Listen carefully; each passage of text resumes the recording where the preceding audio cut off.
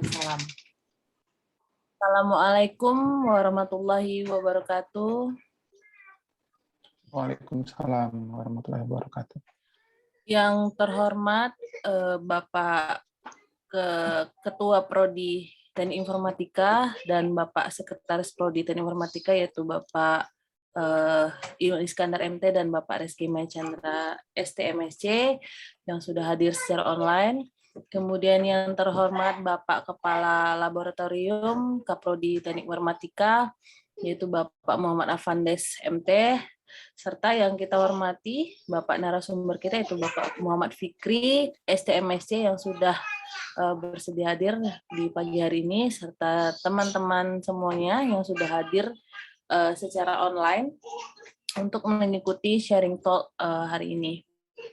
Puji serta rasa syukur kehadirat Allah Subhanahu wa taala yang telah memberikan kita kesehatan, kemudian nikmat waktu dan kesempatan pada pagi menjelang siang hari ini untuk mengikuti acara sharing talk yang ditaja oleh Laboratorium Teknik Informatika, yaitu dengan tema Natural Language Understanding. Salawat bering salam kita kirimkan kepada Nabi besar Muhammad SAW dengan ucapan Allahumma sholli ala sayyidina Muhammad wa ala ali sayyidina Muhammad. Mohon maaf ada sedikit keributan di sini ya. Sharing tak hari ini akan dibagi beberapa sesi, yaitu sesi pertama nanti ada kata sambutan dari kalab kita, yaitu Bapak Muhammad Afandes, kemudian baru kita lanjutkan ke penyampaian materi oleh narasumber kita, yaitu Bapak Muhammad Fikri STMSC, dilanjutkan dengan sesi tanya jawab nanti dari peserta yang sudah hadir secara online. Kita buka dengan membaca basmalah. Bismillahirrahmanirrahim. Nah, kita lanjut ke sesi pertama, yaitu sambutan dari serta pembukaan dari Bapak Muhammad Afandes. Kepada Bapak Muhammad Afandes MT, dipersilakan. Terima kasih Bu Cica. Assalamualaikum warahmatullahi wabarakatuh. Waalaikumsalam warahmatullahi wabarakatuh. Alhamdulillah, salatu wassalamu ala rasulillah, syahadu la ilaha illallah wa la syarikalah, wa syahadu anna Muhammadan abduhu wa rasulullah nabiyya ba'da. Puji dan syukur kehadirat Allah Subhanahu wa taala. Pada pagi hari ini kita bisa diberikan kesempatan sebenarnya dan kelapangan waktu untuk sama-sama kita bisa hadir di sini menambah ilmu lah sebenarnya.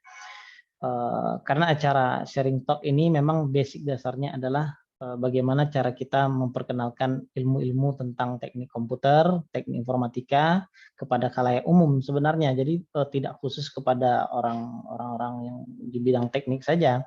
Karena kita ingin memasyarakatkan juga teknik informatika ini, terlebih lagi di masa pandemi yang seperti ini merupakan cara kita untuk mempromosikan tentang teknik informatika.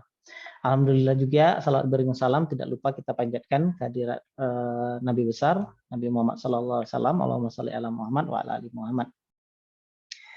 Bapak Ibu yang kami hormati, pertama-tama saya ucapkan selamat datang dulu di acara sharing talk Labor Teknik Informatika. Acara sharing talk ini merupakan series keempat sebenarnya. Dari sebelum-sebelumnya kita sudah ada series ketiga, kedua, ke-1 itu. Alhamdulillah juga kita mendatangkan narasumber-narasumber yang luar biasa. Dan tidak kalah menarik juga, kita juga selang-seling narasumbernya. Ada yang dari luar, ada yang dari alumni kita, ada yang dari dosen kita gitu ya. Ini tujuannya adalah untuk memberikan pengalaman dan sharing ilmu kepada kita semua tentang teknik informatika.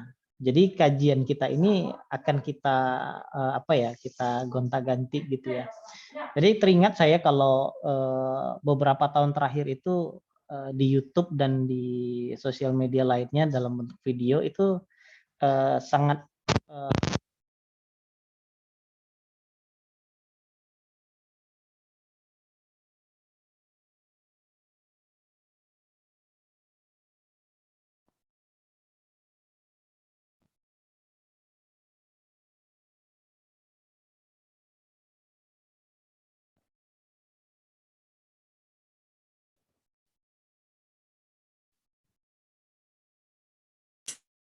Mohon maaf, Pak Afan, suaranya nggak kedengaran ya, Pak. Oke, coba tes dulu ya. Jacknya diperbaiki, Pak. Tadi jacknya kayak kesenggol gitu. Oh iya. Nah, cek. Ah, itu dia. Oke. Ya, kesenggol sedikit ini memang luar biasa ya.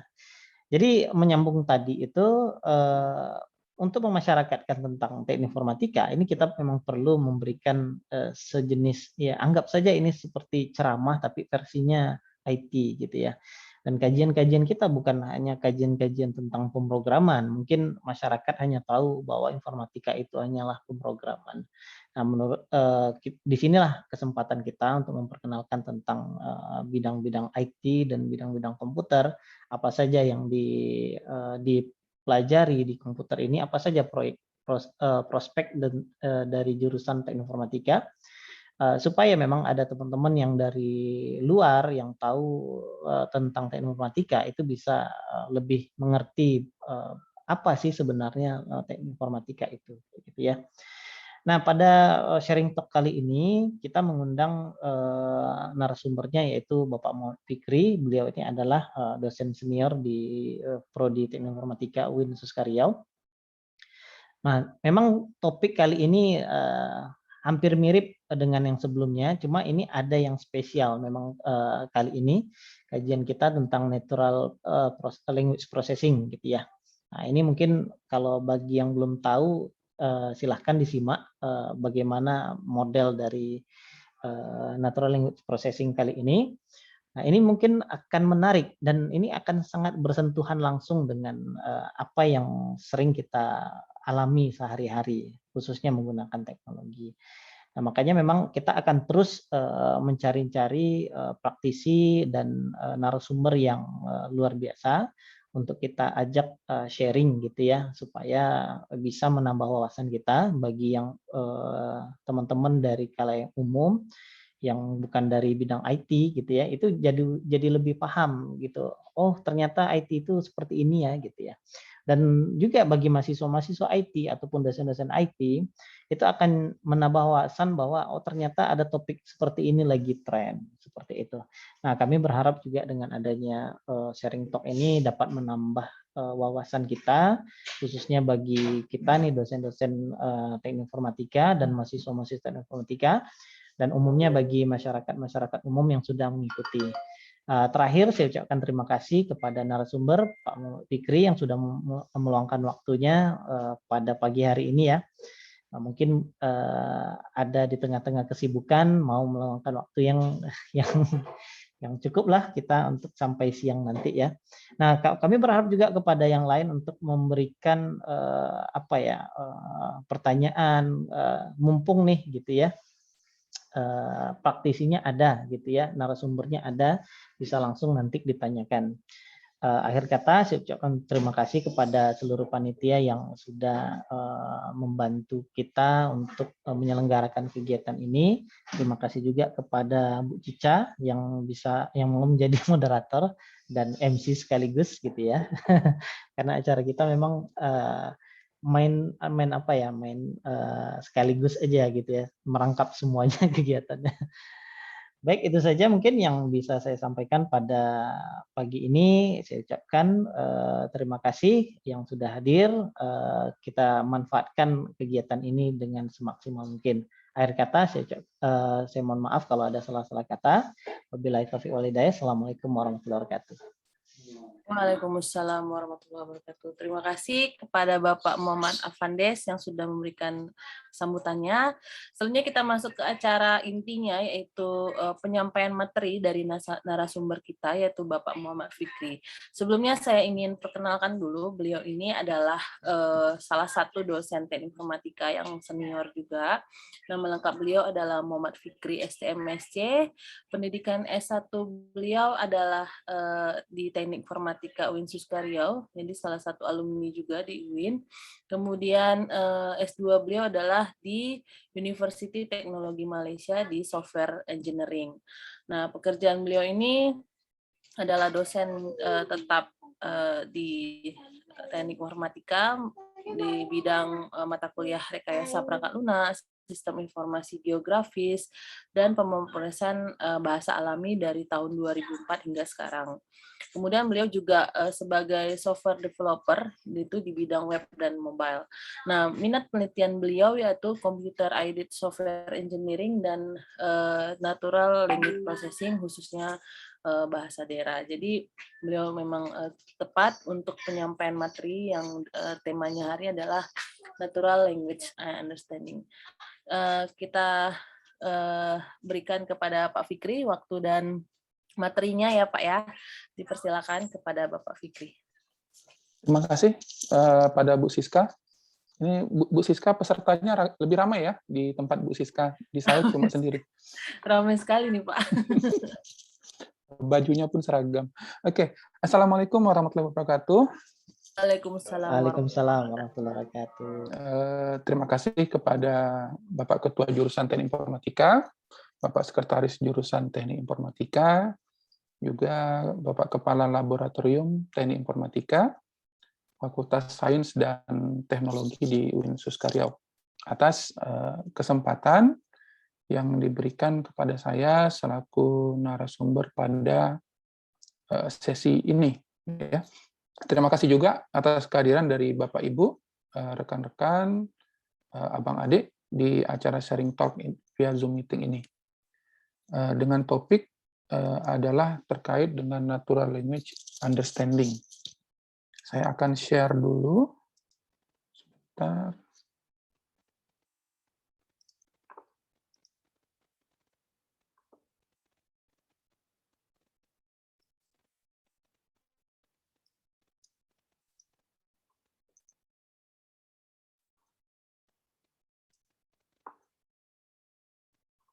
Apakah sudah bisa terlihat, Bu Siska? Sudah Pak, sudah Ya? terlihat. Oke. Oke.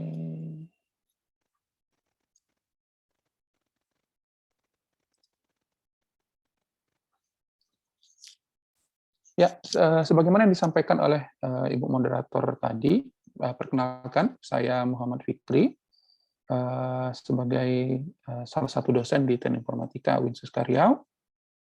Salah satu peminatan saya adalah terkait pemrosesan bahasa alami, sebetulnya khususnya pada bahasa daerah.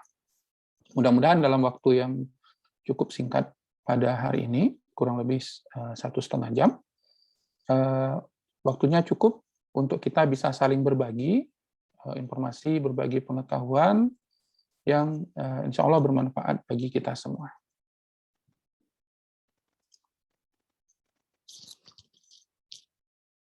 Secara umum,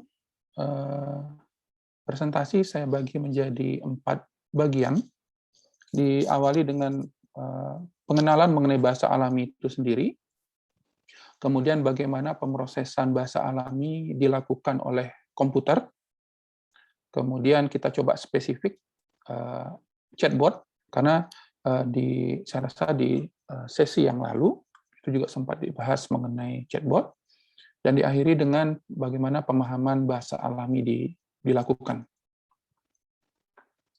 Untuk bagian pertama, kita berbicara dulu mengenai bahasa. Ya, kalau mengacu kepada KBBI alias Kamus Besar Bahasa Indonesia, bahasa itu adalah suatu sistem lambang bunyi yang arbitrer, yang sewenang-wenang, yang semena-mena, yang suka-suka, gitu ya, yang digunakan oleh anggota dari suatu kelompok masyarakat untuk bekerja sama, untuk berinteraksi, berkomunikasi, dan mengidentifikasikan dirinya. Ya. Nah, karena sifatnya itu sewenang-wenang atau suka-suka, otomatis setiap kelompok masyarakat itu bisa bikin kata sendiri. Kalau paling mudah, kalau dalam bahasa daerah, kita tahu lambang bahasa yang kita sebut dengan kursi. Itu adalah suatu konsep yang dimaknai sebagai sesuatu yang dipakai sebagai tempat duduk. Itu adalah kursi.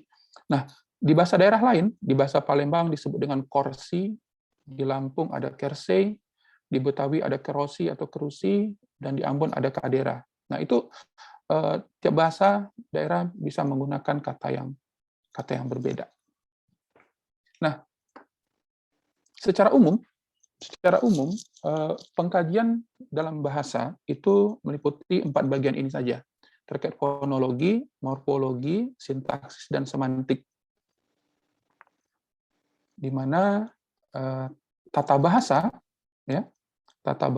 itu merupakan kumpulan kaidah yang mengcover dari fonologi, ya, bunyi bahasa, kemudian morfologi yaitu unsur kata, kemudian ada sintaksis. Nah, ini yang secara umum dikenal di bidang ilmu bahasa.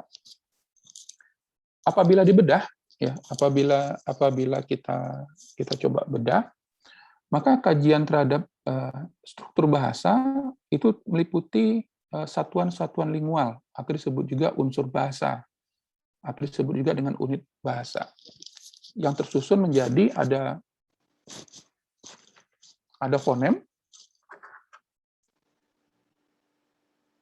ada silabel, membentuk morfem, morfem membentuk kata, kata membentuk frasa, frasa membentuk klausa, klausa membentuk kalimat, kalimat jadi paragraf, dan paragraf jadi wacana. Nah, pemrosesan bahasa alami akan terlibat di satu atau lebih dari satuan lingual yang ada ini. Nah, itu kalau kita berbicara mengenai bahasa. Nah, terkait judul presentasi hari ini, kita berbicara mengenai bahasa alami, ya. Kalau berdasarkan definisinya, bahasa alami adalah bahasa apapun, ya, bahasa apapun yang berkembangnya itu secara alami, ya, melalui secara alami digunakan oleh manusia, digunakan secara berulang-ulang tanpa direncanakan. Tentu ada kebalikannya. Kita akan kenal namanya bahasa non alami, ya, yaitu bahasa yang dibuat oleh bahasa formal, misalnya yang dibuat oleh matematikawan, dibuat oleh ilmuwan komputer. Ada juga bahasa buatan. Kalau yang dulu ada Esperanto, itu contoh dari bahasa tidak alami. Kemudian juga di beberapa film, ya, yang kita tahu itu juga menggunakan bahasa asing, bahasa alien, itu memang melibatkan profesor ilmu bahasa untuk membuat bahasa baru, kira-kira seperti itu. Nah, apa yang kita kenal sebagai bahasa, kita temukan dalam bentuk bahasa tulis, ya. Ini merupakan rekaman dari bahasa lisan berupa huruf. Jadi bahasa lisan itu kita tuliskan dalam bentuk huruf ataupun tanda lain menurut suatu sistem aksara, ya, yang kita punya sistem aksara yang ada. Bagaimana dengan isyarat? Ya, bagaimana dengan isyarat? Nah, isyarat itu mengutamakan komunikasi manual. Jadi ada bahasa tubuh, ada gerak bibir. Nah, itu digunakan untuk komunikasi. Nah, sehingga ketika kita melakukan pemrosesan bahasa alami, ya, kita bisa memperoleh sumber datanya itu dalam bentuk teks yang berupa tulisan. Kita bisa dapatkan dalam bentuk gambar dari tulisan, ya. Jadi ada tulisan kita foto. Kita bisa dapatkan dalam bentuk rekaman ujaran. Kita ada rekaman audio, ada rekaman video. Dan bahasa isyarat kita bisa dapatkan dari video, ya. Itu gambar yang bergerak. Nah, di situ kita menggunakan komputer untuk memproses dari bahasa alami. Nah, jadi itu kira-kira pengantar di awal apa itu bahasa alami. Nah, kalau kita lihat di dalam bidang ilmu komputer, kita kenal ada kecerdasan buatan atau artificial intelligence, di mana di sini kita melihat kita menemukan adanya sistem komputer yang mampu melakukan berbagai hal yang biasanya memerlukan kecerdasan dari manusia. Klasifikasi, menentukan sesuatu, dan lain-lain yang biasanya memerlukan kecerdasan manusia, kita ganti dengan kecerdasan buatan. Nah, NLP sendiri, atau Natural Language Processing sendiri, itu merupakan subset dari AI. Jadi bagaimana kita bisa bangun suatu sistem komputer yang dapat memahami bahasa.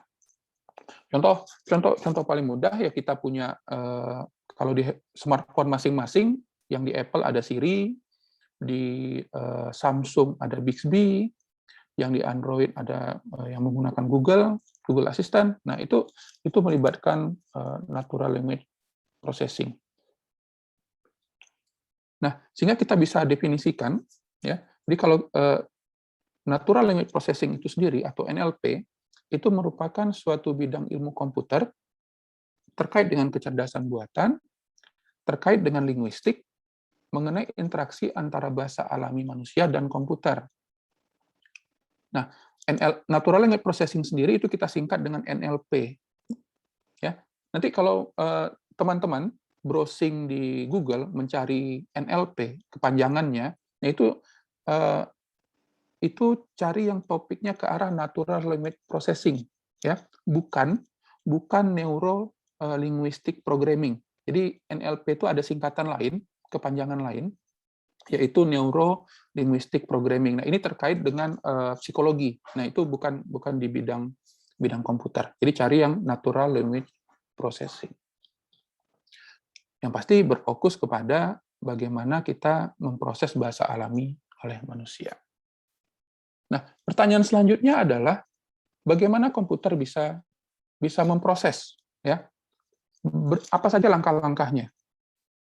Nah, di sini diperlihatkan, ya, di sini diperlihatkan tingkatan pemrosesan dari bahasa alami. Misalkan paling bawah, ya, di paling bawah itu ada surface text, atau dalam pengertian ini adalah teks sebagaimana yang dilihat atau didengar seseorang, kita punya teksnya. Selanjutnya dilakukan pemrosesan, ada beberapa langkah, ya. Ada langkah tokenisasi, ada langkah analisis leksikal, ada langkah analisis sintaktik, ada analisis semantik, ada analisis pragmatik, barulah kita bisa sampai dengan mendapatkan speaker's intended meaning, barulah kita bisa paham. Ya, baru kita bisa paham apa yang dibicarakan oleh yang bersangkutan. Gitu loh. Kalau di perkuliahan saya biasanya contoh yang selalu saya gunakan itu adalah teks merupakan satu kata, yaitu kata terserah. Ya, kata terserah ini kata yang paling ampuh, yang sering muncul di dalam hubungan mungkin yang masih berpacaran, dalam hubungan pacaran, atau yang sudah berkeluarga juga sering mendengarnya, yaitu satu kata, yaitu terserah. Ya. Nah, kita punya surface text-nya itu. Nah, bagaimana kita bisa tahu maksudnya apa? Itu loh. Kalau secara normal, kita akan memahami sebagai dilakukan A salah, tidak dilakukan salah. Atau dilakukan A salah, dilakukan B juga salah. Kamu mau makan apa? Terserah. Nah, itu kita akan jadi berpikir tuh. Secara tokenisasi, itu cuma satu kata. Secara leksikal, itu merupakan kata informasi. Secara sintaktik, kita nggak bisa lihat, karena cuma satu kata. Kita naik ke semantik, kita lihat secara histori. Biasanya kalau kita nanya makan, jawabannya terserah, kita lihat. Biasanya dibawa kemana? Sekarang hari apa? Lagi, lagi datang bulan atau tidak? Keuangan bagaimana? Kondisi cuaca bagaimana? Kata terserah itu yang paling sulit menurut saya diterjemahkan, untuk diproses, untuk kita bisa tahu maksudnya apa. Ya, nah itu cuma contoh yang biasa saya pakai di perkuliahan. Karena kalau mahasiswa pasti ngerti lah, kalau pasti sudah sering mengalami kata terserah itu. Dan itu bebannya berat sekali. Saya lanjut ya. Oke. Itu intermezzo sedikit. Nah, di dalam NLP, ya, di dalam NLP itu terdapat berbagai task, ya, berbagai task. Kalau kita berbicara NLP task, kita berbicara mengenai sesuatu atau apa yang kita lakukan ketika memproses bahasa alami. Nah, di sini kita lihat ada NLP task untuk segmentasi. Ya, intinya adalah bagaimana kita memecah teks menjadi kalimat. Ya, di situ ada sentence segmentation. bagaimana kita memecah teks menjadi kata. Di situ ada word segmentation yang lebih dikenal sebagai tokenisasi. Ya. Nah, kita perlu ingat bahwa teks dalam bahasa alami itu umumnya tidak selalu pendek, tidak sependek kata terserah tadi. Tertulisnya juga tidak rapi, ya. Dan juga sering kita temukan teks dalam bahasa alami tidak sesuai dengan kaidah tata bahasa. Bagi yang sering di medsos, pasti sering jumpa itu. Itu tertulisnya panjang, tidak rapi, campur aduk, dan tidak sesuai dengan kaidah bahasa. Jangan ditanya SPOK-nya kayak gimana, jangan ditanya jenis katanya apa, sesuai tata bahasa atau tidak, kita susah. Ya. Jadi di segmentation itu ada 2 task. Dan ini sifatnya lebih sederhana. Nah, berikutnya ada NLP task yang terkait dengan leksikal. Kita harus ingat bahwa kata itu tidak atomik. Ya. Artinya, kalau kita bisa pecah kata, kita bisa temukan informasi yang bermanfaat. Ya. Di situ ada segmentasi morfologi, kita pecah jadi suku kata. Ya. Paling mudah ini biasanya digunakan ketika kita alih aksara, istilahnya, transliterasi. Ya, kita perlu memotong dulu menjadi suku kata, baru kita bisa proses lagi. Kemudian di leksikal ini ada yang disebut dengan word normalization, atau istilahnya adalah bagaimana menjadikan berbagai bentuk penulisan yang berbeda itu menjadi suatu token ke dalam bentuk baku. Nah, pada posisi word normalization ini, stemming masuk ke situ, lemmatization juga masuk ke situ, nah, spelling correction juga masuk ke situ. Kenapa? Stemming itu sendiri adalah membuang imbuhan. Nah, sehingga ada banyak kata yang berimbuhan, dengan kata dasar sama ya, kita bisa buang imbuhan-imbuhannya jadi satu. Itu termasuk dengan word normalization. Kemudian itu ada lemma, ya, ada lemmatization. Kita mereduksi sesuatu ke dalam bentuk kamus. Nah, seringkali ini kalau kita di riset papernya itu sering kalau di bahasa Inggris sih memang dipisahin antara stemming sama lemma. Kalau di Indonesia seringnya nyampur. Kenapa? Karena ketika stemming dia langsung mengacu kepada kamus yang ada, sehingga kita bisa consider sebagai lemma. Terus bagian paling akhir yang ketiga itu adalah spelling correction. Ini terkait dengan koreksi kesalahan penulisan. Kita ada typo, ya, secara tidak sengaja ada huruf yang terbuang atau ada huruf yang bertambah. Kita punya singkatan-singkatan yang tidak baku, ada YG, yang gitu ya, YG dan lain-lain. Ya. Nah itu peranan dari NLP task ini. Tujuannya adalah agar dari bentuk yang tidak baku jadi baku, agar dari sesuatu yang punya banyak bentuk menjadi bentuk yang lebih rapi, lebih uniform. Pada tahap leksikal itu juga ada task lain yang disebut dengan part of speech, ya, atau post tagging. Ya. Intinya adalah kita tandai setiap kata berdasarkan kelas kata tertentu. Ya, kalau di bahasa Indonesia paling mudah ya kata benda, kata kerja, kata hubung, dan lain-lain. Nah, itu tagging yang paling mudah. Saya lanjut ke berikutnya terkait dengan sintaksis, ya, terkait dengan sintaksis. Nah, di sintaksis ini berkaitan dengan bagaimana kita menentukan strukturnya, ya, bagaimana kita menentukan struktur dari sintaks atau gramatikal dari setiap kalimat, sehingga nanti ini bisa digunakan pada tahap berikutnya, misalnya pada tahap semantik. Kita bisa lakukan parsing, ya, kita bikin pohonnya, jadi kita bisa tahu nanti yang jadi frasa itu mana. Ya. Rumah paman, ya. Rumah paman itu dua kata, tapi dia itu menjadi satu, bisa menjadi satu subjek, bisa menjadi satu objek. Nah, itu kita susun frasanya. Nah, ini masing-masing task ini itu bisa menjadi, kalau di mahasiswa bisa jadi satu tugas akhir, satu topik tugas akhir. Di penelitian juga bisa, karena ada yang spesifik bahas parsing, ada yang spesifik bahas phrase chunking, Dan perlu diingat untuk bahasa Inggris ya,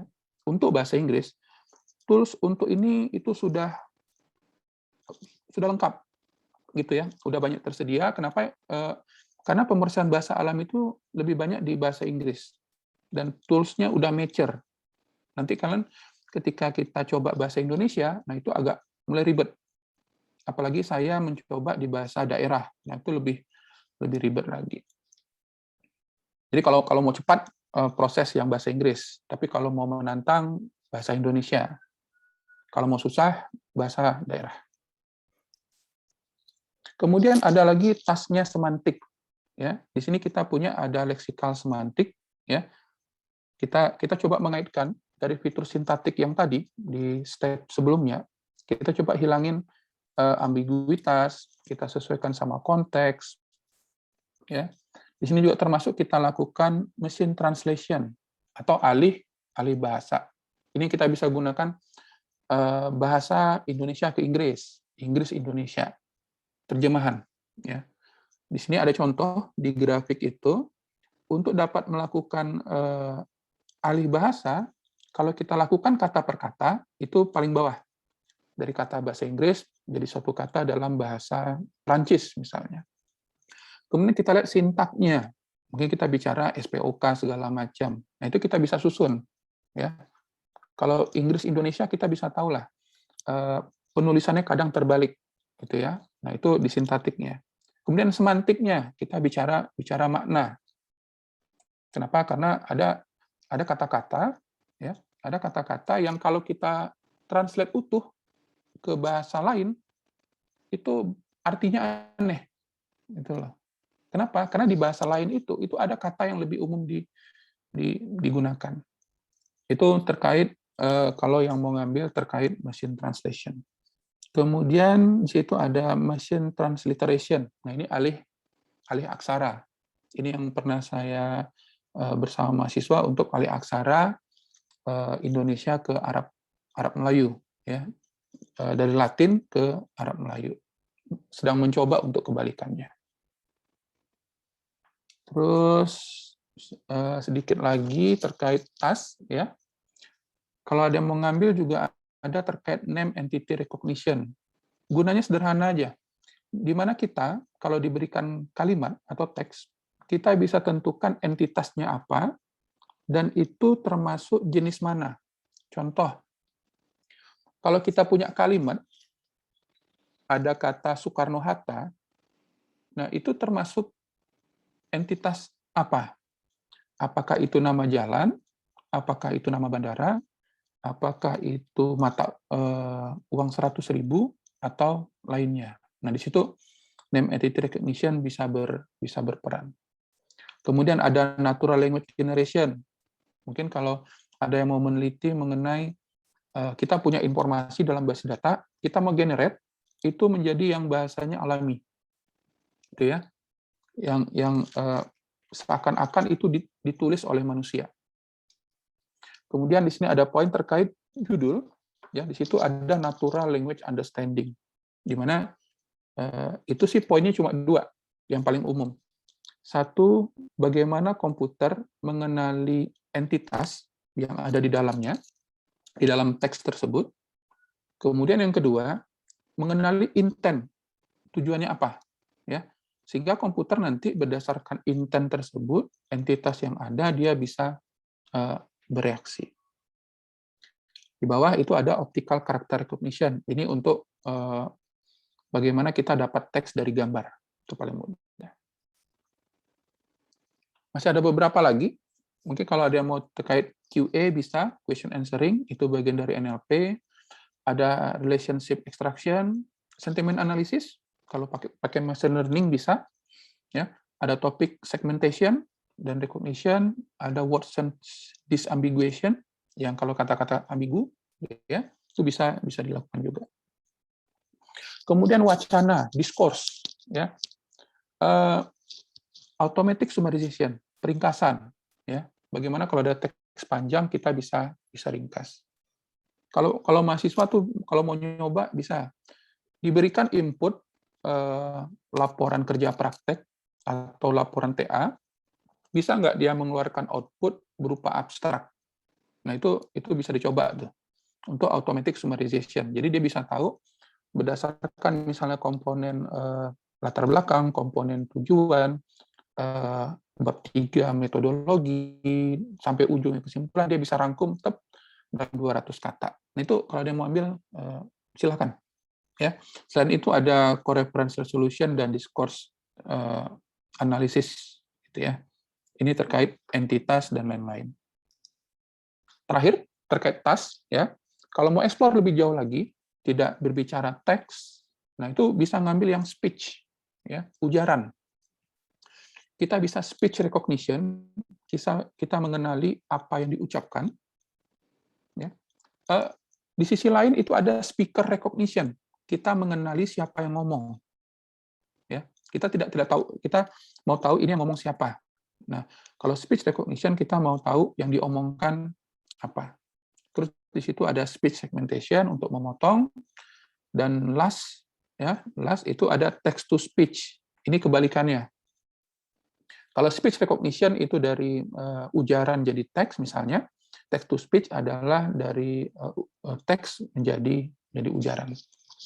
Ini kayaknya biasa kita temukan nih di situs-situs, di channel-channel YouTube ya, biasanya pakai teksnya udah dimasukin, nanti pakai suara dari Windows untuk ngebacain text to speech-nya. Jadi suaranya kaku gitu.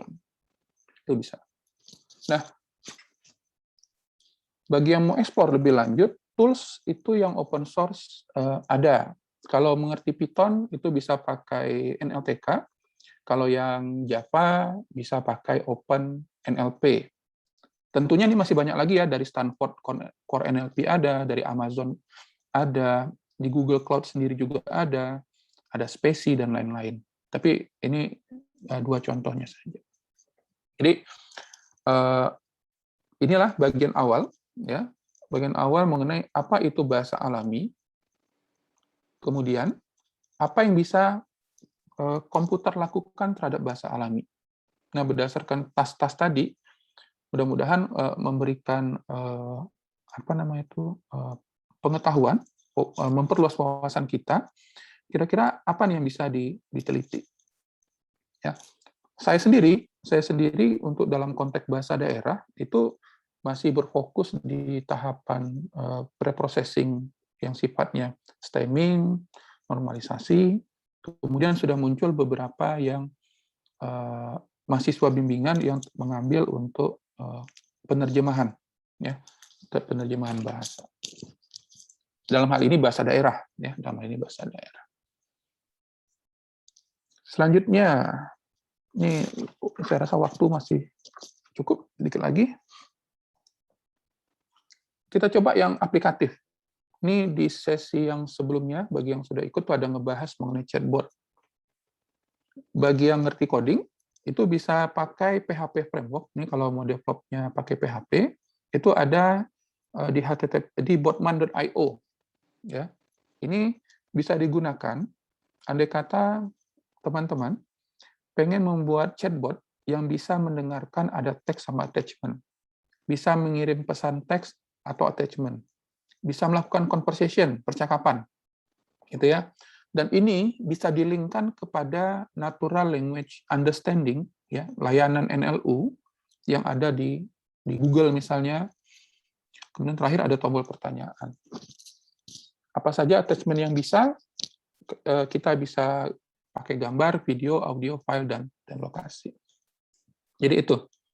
Kira-kira bentuknya seperti apa? Seperti ini. Ya. Di atas itu ada tampilan webnya, di bawah itu sekilas mengenai codingnya.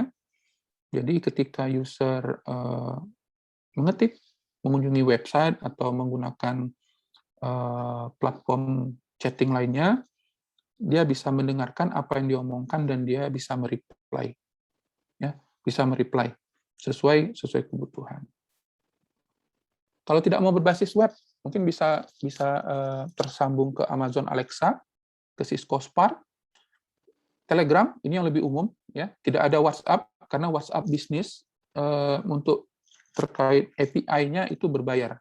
Kalau Telegram free, makanya kalau mau develop yang free, silakan pakai Telegram. Meskipun di situ juga ada Facebook Messenger, ada WeChat, ada Twilio, ada Slack. Mungkin ada yang lainnya. Ya, kalau saya sendiri lebih familiar di Telegram. Juga tambahan, bagi yang mau develop di Telegram, itu bisa kunjungi t.me/botfather. Ya, botfather itu disediakan oleh Telegram. Andai kata kita mau bikin chatbot. Langkahnya, kalau disederhanakan, itu intinya adalah ketika kita sudah ngechat sama botfather, kita tinggal ketikkan /newbot. Nanti kita ada tahap step yang mesti dilakukan sampai kita bisa dinyatakan punya botnya. Dalam hal ini, kita akan dapat namanya akses token. Jadi nanti kita bisa sambungkan antara chatbot Telegram yang di Telegram tadi dengan script PHP yang dari Botman untuk komunikasi, ya. Sehingga nanti dari Botman bisa komunikasi ke belakang ke database untuk tarik data dan lain-lain. Pastinya itu yang perlu diingat, chatbot Telegram itu harus online karena dia komunikasinya online. Sehingga kalau kita tak punya domain, kita nggak punya hosting, nah tentu kita pakai web server lokal. Nah itu kita bisa pakai aplikasi namanya ngrok. Ya, ini kalau kita mau publish lokal kita secara online. Ya, nanti kita dapat subdomain yang bisa digunakan, tapi random. Ya, artinya besok bisa dapatnya beda lagi, tidak permanen. Kalau mau permanen pasti berbayar. Nah, setelah online, ya, setelah web server kita online, ya, barulah kita bisa sambungkan. Nah, ini sedikit URL-nya saja. Nah, ini URL yang kita pakai. Ya, kita dapat akses tokennya apa, kita tahu domainnya di mana. Dengan mengunjungi URL ini, ya, maka itu sudah tersambung antara Telegram di kita dengan Botman yang di belakang.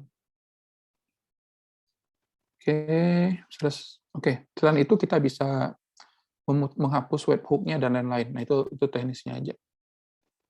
Terakhir. Nah, tadi disampaikan di chatbot bahwa Botman itu bisa berkomunikasi dengan layanan natural language understanding, atau Indonesianya adalah pemahaman bahasa alami. Nah, ini sedikit visualnya. Ya. Saya mau menulis surat, tolong pinjamkan saya pena. Nah, teman yang mendengar itu berdasarkan pengetahuan dia bisa menginferensi yang dimaksud pena itu apa. Ya, jadi antara interpretasinya dengan intended meaning-nya adalah sama. Nah, NLU atau Natural Language Understanding itu menggunakan perangkat komputer, bisa kenal intentnya kita apa, kemudian entitas terkait apa. Misalnya kita bilang beli Samsung S20. Nah, intentnya adalah membeli, S20-nya adalah entitasnya. Kenapa? Karena kita bisa beli Samsung S20, kita bisa jual, kita bisa cuma nanya info, kita bisa juga tanya harga, nah itu tergantung intent dari kita. Yang paling umum, virtual assistant kita punya di smartphone masing-masing yang akan membantu kita berdasarkan perintah yang kita atau pertanyaan yang kita berikan. Pasti ada yang pakai iPhone ada Siri, Samsung-nya ada Bixby, mungkin kalau di rumahnya udah pakai Amazon Alexa, ya smart house-nya. Untuk Android secara umum ada Google Assistant. Apa yang berlangsung di sini adalah ini melibatkan berbagai task, ya, dari pengenalan suara, bagaimana suara itu bisa dikenali oleh perangkat lunak, kemudian dia proses, ya, sesuai dengan intent dan entitas yang dimaksud, kemudian dia balas dengan berupa suara juga, ya. Ini adalah item-item yang digunakan oleh asisten digital tadi. Sehingga kalau kita lihat secara umum, ya, di awal tadi saya sudah membahas mengenai NLP, ada banyak task dan segala macamnya. Di dalamnya itu ada NLU berkaitan dengan ekstraksi relasi, parsing, sentimen analisis, ada parafrasa, ada inferensi, dan lain-lain. Ini kalau kita mau fokusnya kepada NLU. Sementara ASR sendiri atau automatic speech recognition itu ada di sisinya.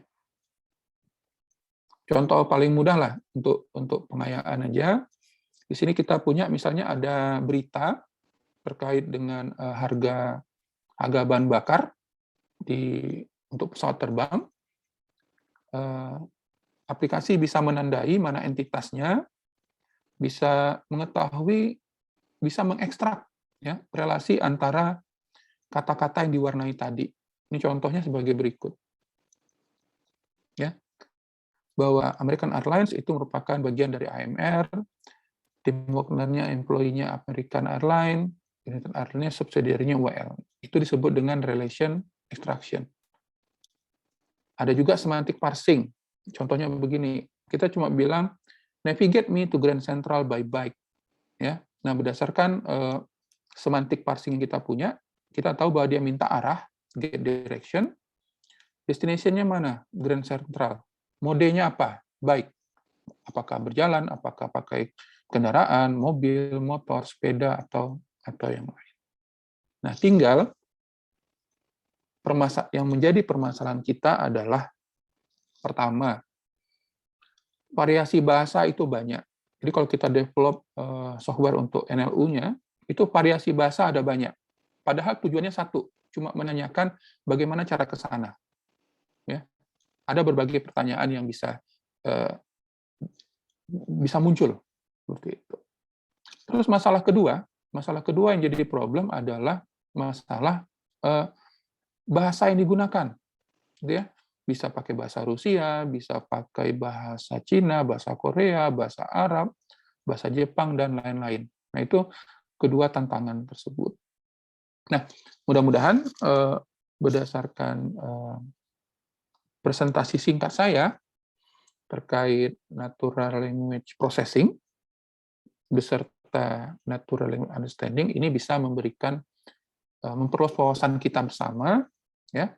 Nanti kalau mau yang ekspor lebih lanjut, itu ada layanan NLU yang bisa kita gunakan.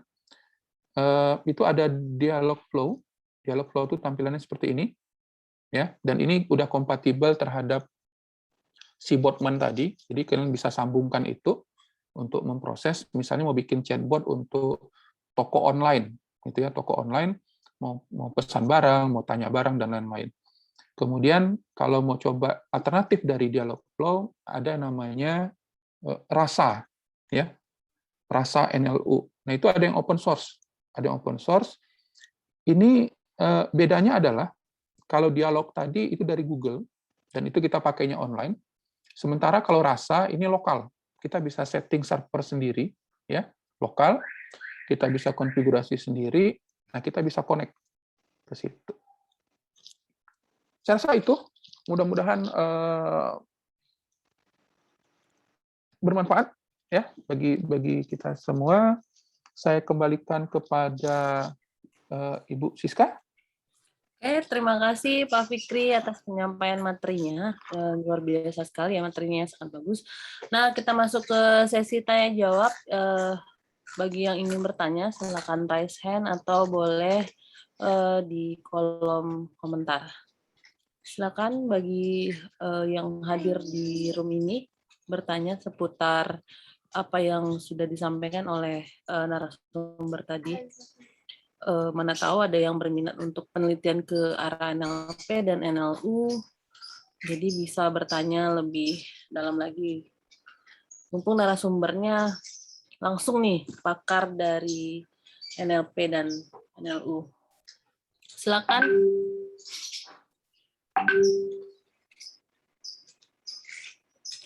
Bagi yang ingin bertanya, silakan raise hand atau boleh di kolom chat atau kolom komentar.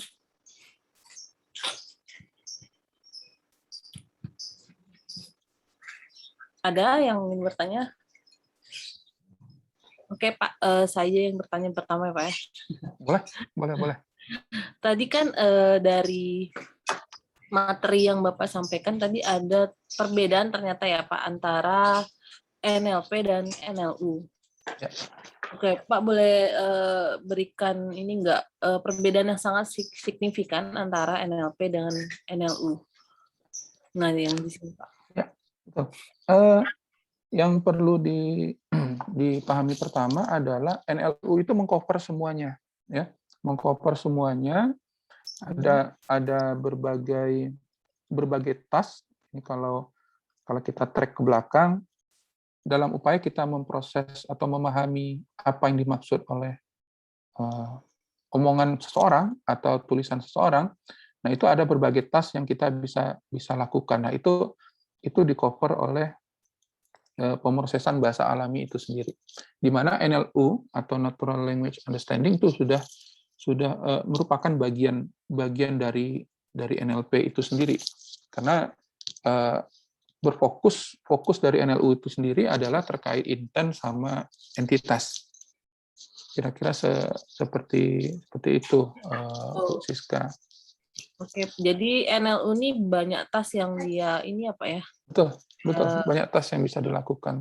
Dilakukan. Kalau mahasiswa saya, biasanya kalau untuk yang perkuliahan itu cuma sampai chatbot di mana back-end-nya bebas gitulah. Back-end-nya bebas, mereka mau kasusnya apakah bikin chatbot untuk mengetahui jadwal nonton, jadwal bioskop.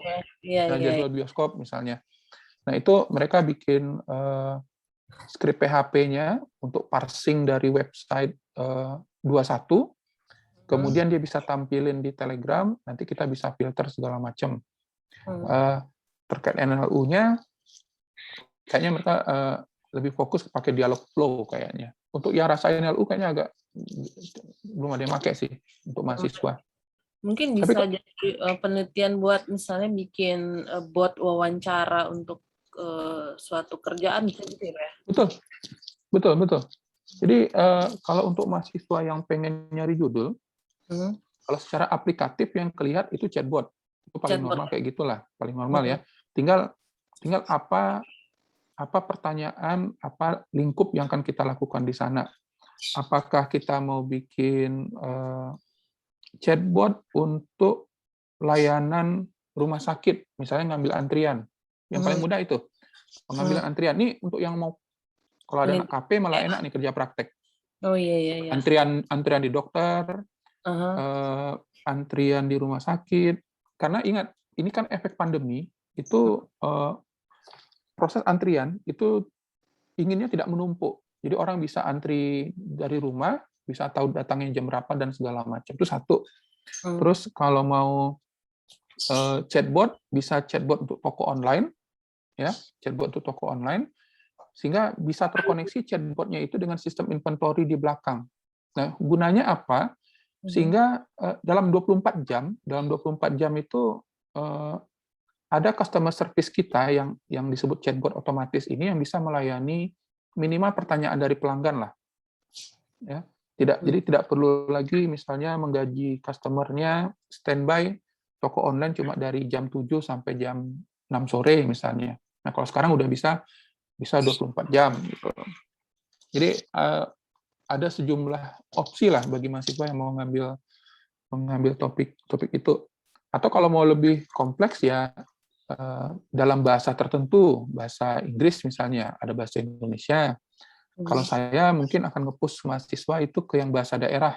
Bahasa daerah biasanya untuk belajar bahasa daerah bisa nggak yang pakai chatbot seperti itu. Kalau beberapa bulan lalu saya pernah jadi narasumber untuk startup di Sumatera Barat. Itu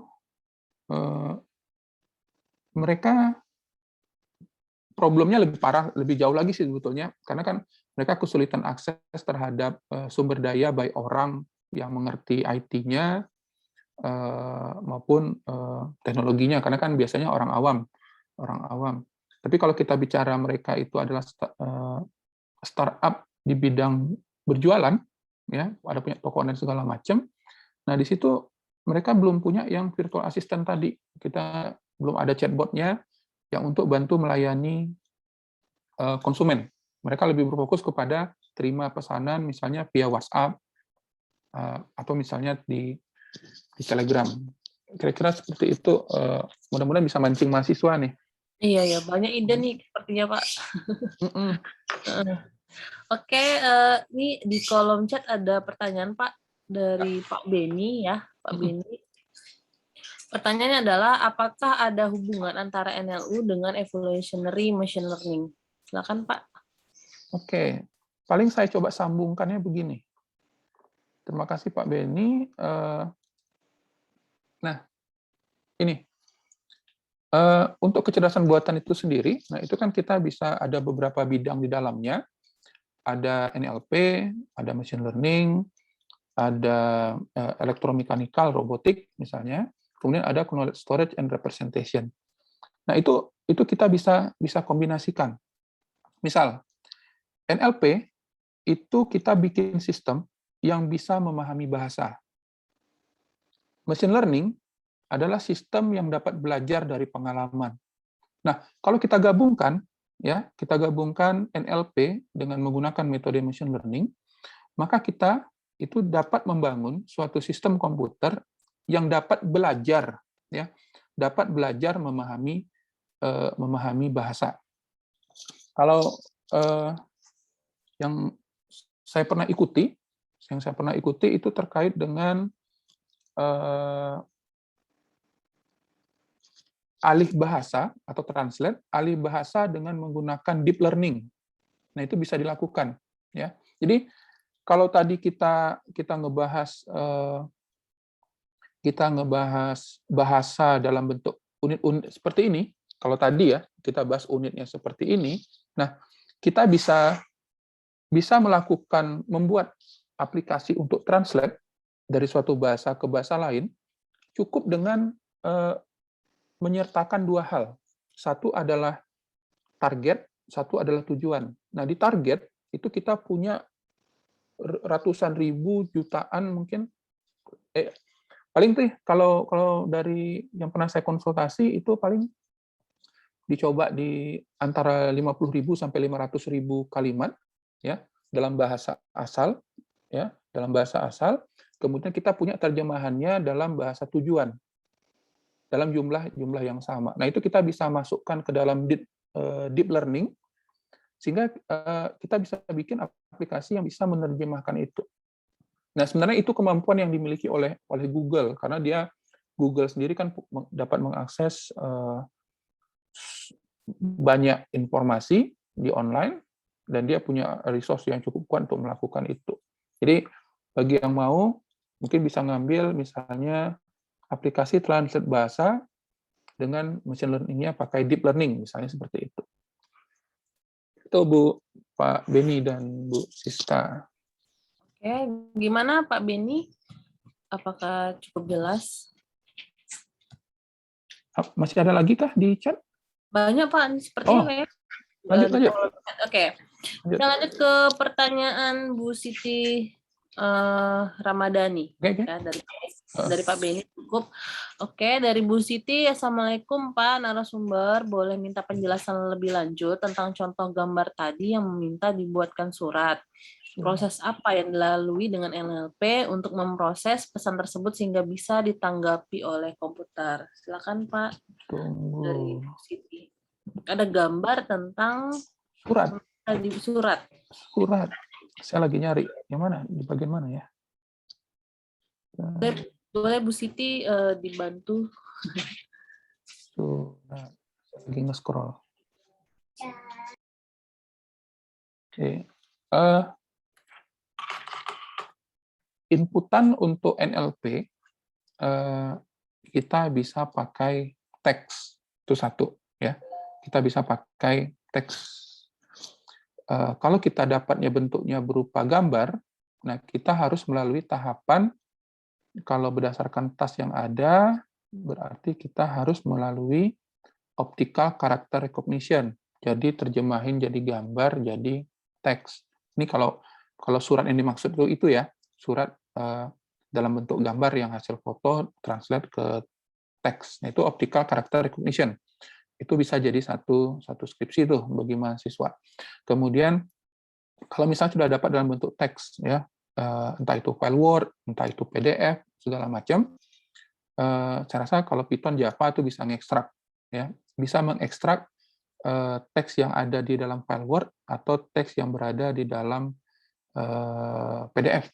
Nah, itu nggak ribet kalau di pemrogramannya. Kemudian setelah kita dapat untuk teks, ya, untuk teks, kemudian ini kalau bicara surat, ya,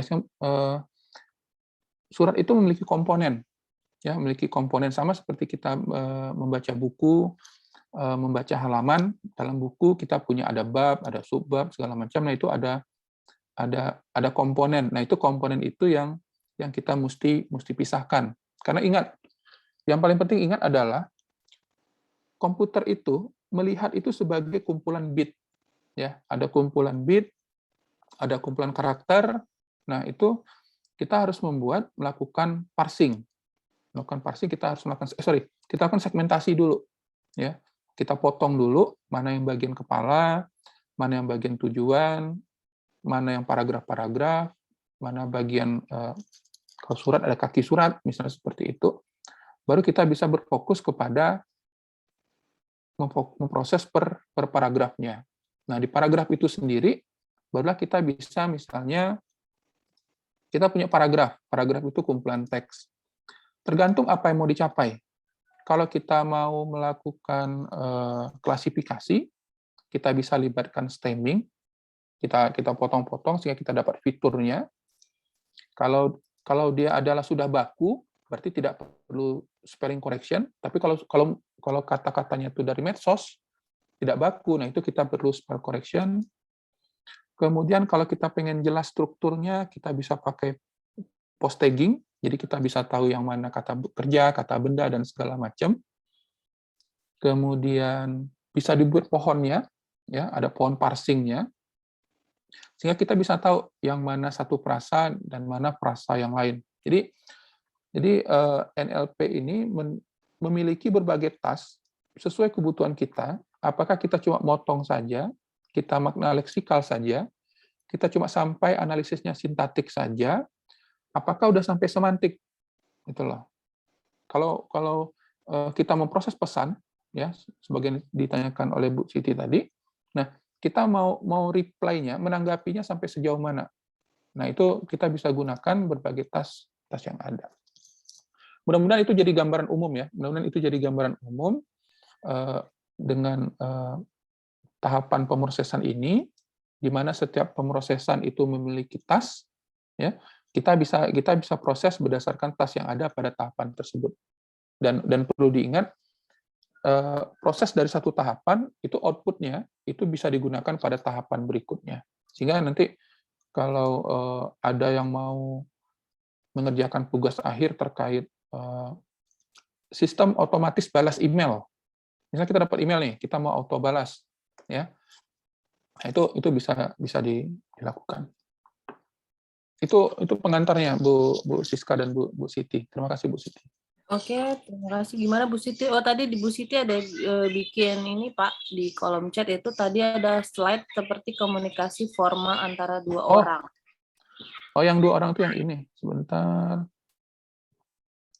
Oh, yang ini terkait pena. Itu cuma visualisasi bagaimana komunikasi antara satu orang sama orang yang lain. Sehingga apa yang dimaksud oleh pembicara itu sesuai dengan interpretasi dari yang menerima. Kira-kira seperti itu. Kecuali yang ditanya sama si cowoknya adalah terserah, nah itu susah. Terserah itu susah jawabnya. Kata ajaib tuh, kata paling ajaib yang bisa membuat seseorang itu terdiam dan hening dalam waktu yang lama. Oke, gimana Bu Siti? Udah cukup ya? Oke. Yang lainnya ada lagi Bu Siska? Ada lagi nih Pak dari mahasiswa itu Favian, angkatan 17. Ya. Ingin bertanya terkait teknologi bot, bagaimana cara bot menandakan chat berikutnya itu terkait topik yang pertama atau di luar topik pertama? Silakan Pak. Oke, terima kasih Fabian.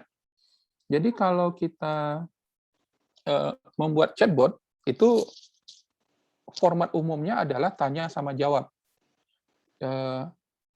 Kita user ngetikkan sesuatu, chatbotnya membalas. Nah, problemnya adalah bagaimana ketika kita melakukan komunikasi itu bertahap, ya. Misalnya kayak form registrasi. Setelah nanya nama, tanya alamat, setelah tanya alamat, tanya nomor telepon, dan lain-lain. Atau misalnya bikin chatbot untuk belanja online. Setelah ini apa, setelah itu apa. Pokoknya ada keterkaitan antara chat pertama dengan chat yang berikutnya. Nah, di sini Botman itu mendukung apa yang disebut dengan conversation atau percakapan.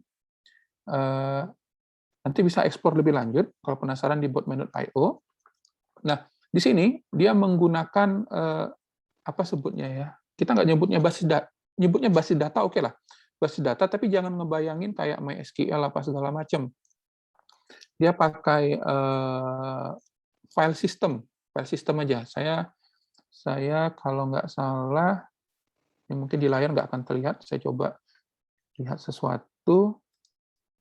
Kalau saya biasanya pakai adapternya file Symfony Cache, ya, pakai Symfony Cache itu yang salah satu yang disupport oleh Botman, sehingga suatu pertanyaan, nah itu bisa jelas sambungannya apa, nanti ada jawaban lagi, sambungan pertanyaan berikutnya apa, dan seterusnya. Jadi itu terkait dengan, jadi chatbotnya bisa tahu ini adalah dalam satu konteks percakapan utuh gitu loh, beberapa pertanyaan dan jawaban. Tapi itu bisa conversation dia. Oke, Bu Siska, silakan. Oke, gimana Fabian ya? Sudah cukup jelas. Ini banyak dari kolom chat. Nah, sebelumnya untuk pertanyaan yang lain, di sini di kolom chat ini sudah ada link form absensi yang bisa kalian isi semua ya. Oke, lanjut Pak. Ini ada pertanyaan lagi dari Muhammad Aufa, yaitu jika bahasa natural menggunakan bahasa campuran, contohnya Melayu dan Inggris, apakah masih masuk ranah NLP? Ya, Oke. Ini dalam konteks untuk diproses oleh komputer ya, karena NLP itu kan processing by komputer. Jadi apakah jika kita menggunakan kita punya teks ya, entah itu ujaran, bisa juga suara, yang kita menggunakan campuran, ada Melayu, ada Inggris, mungkin pakai bahasa Cina segala macam tercampur di situ. Pemrosesannya masuk ranah dari NLP. Nah, problemnya adalah bagaimana komputer itu bisa mengetahui ini bahasa apa. Itu yang pertama, ya. Yang disebut dengan saya tidak masukkan tasnya di situ, ada namanya language identification, ya. Jadi di dalam pemrosesan tadi, ya, dalam pemrosesan tadi itu seringkali berasumsi bahwa itu menggunakan satu bahasa, ya, dalam satu bahasa. Kenapa? Kalau kita bicara jenis kata, kita bicara struktur kalimat, subjek, predikat, objek segala macam, nah itu kan udah spesifik untuk kata tertentu. Ya, kalau ada tokenisasi mudah pakai spasi tanda baca. Yang jadi masalah ada bahasa lain dengan aksara yang kata itu tidak dipisahkan dengan spasi. Itu tantangan yang akan kita temukan, ya. Nah, kalau di sini cuma pakai bahasa Melayu Inggris, kita bisa lihat nih, orang Indonesia di media sosial itu menggunakan satu bahasa atau campuran dari bahasa Indonesia, bahasa asing, bahasa daerah, kemudian bahasa gaul. Nah, itu bisa mereka dalam satu kalimat itu, dalam satu tweet atau satu postingan, nah itu bisa bisa campur. Nah, kalau cuma menggunakan satu bahasa, kita bisa tahu pakai language identification. Nah, yang jadi masalah adalah ketika dia melakukan campur bahasa, ya, campur bahasa itu istilahnya. Nah, itu mengakibatkan tantangan sendiri bagi kita. Apakah kata yang digunakan itu adalah kata dalam bahasa Indonesia atau kata dalam bahasa yang lain? Itu kalau mau ngambil itu bagus sekali itu loh kalau dia mau ngambil itu. Cuma tantangannya ya jangankan bahasa, campuran bahasa. Di Indonesia sendiri kan masalah ambiguitas juga sudah sempat saya sebutkan tadi. Ini masalah ambigu juga jadi problem. Meskipun di Indonesia nggak terlalu banyak ya. Contohnya kata bisa, ya, antara bisa ular sama saya bisa main bola. Nah, kata bisa itu juga ambigu. Tapi itu masih dalam satu bahasa Indonesia. Kalau mau coba yang campur sih bagus sekali, tapi itu masih NLP. Jawabannya masih dalam ranah NLP. Terima kasih, Aufa. Bu Siska? Oke. Terima kasih Pak atas penjelasannya. Kemudian ini ada dari Pak Rahmat Abdillah seperti ini. Ada 3 pertanyaan nih Pak. Oke, yang pertama, apakah understanding sama dengan maknawi? Apa langsung 3 pertanyaan Pak ya? Nggak apa-apa, terus aja. Oke, adakah kita harus memiliki base data understanding ataupun maknawi? Kemudian, apakah definisi understanding ataupun maknawi berdasarkan kalimat atau beberapa kata atau yang lainnya? Oke, Pak, silakan. Dari Pak Rahmat Abdillah. Maknawi itu ada di KBBI nggak ya? Saya penasaran. Mungkin beliau karena kelamaan di Malaysia kali, Pak. Iya. Pak Rahmat itu lama di Malaysia. Oke. Maknawi itu adalah makna. Coba kita kaitkan sama semantik.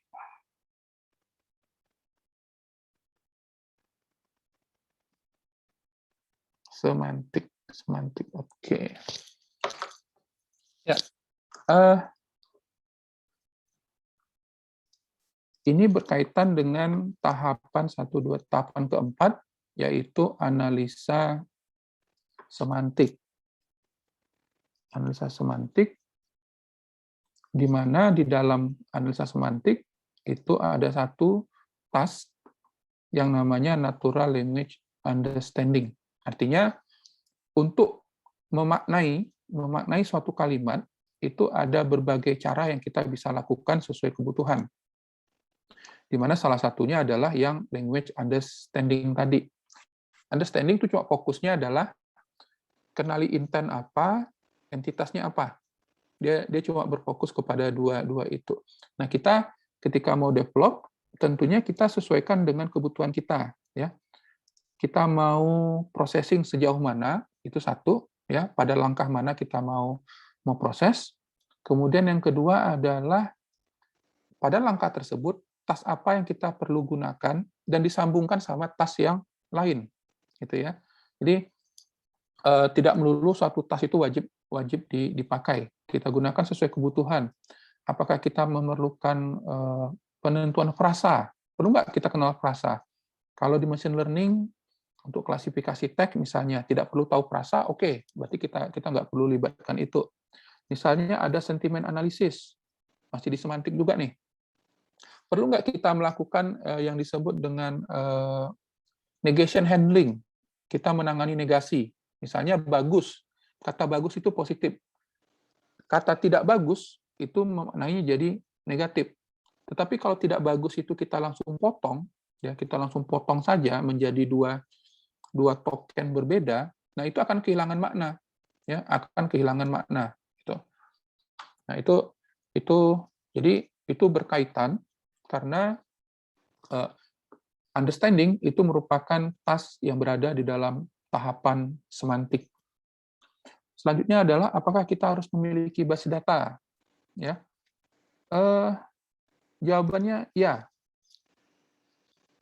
Meskipun kita menggunakan layanan yang seperti Dialogflow ataupun kita menggunakan layanan seperti Rasa NLU di lokal, kita tetap harus memiliki database-nya. Kita harus menyediakan knowledge-nya sehingga chatbot-nya bisa merespon berdasarkan knowledge yang dia punya. Jadi itu jawaban yang kedua. Terus tadi yang ketiga,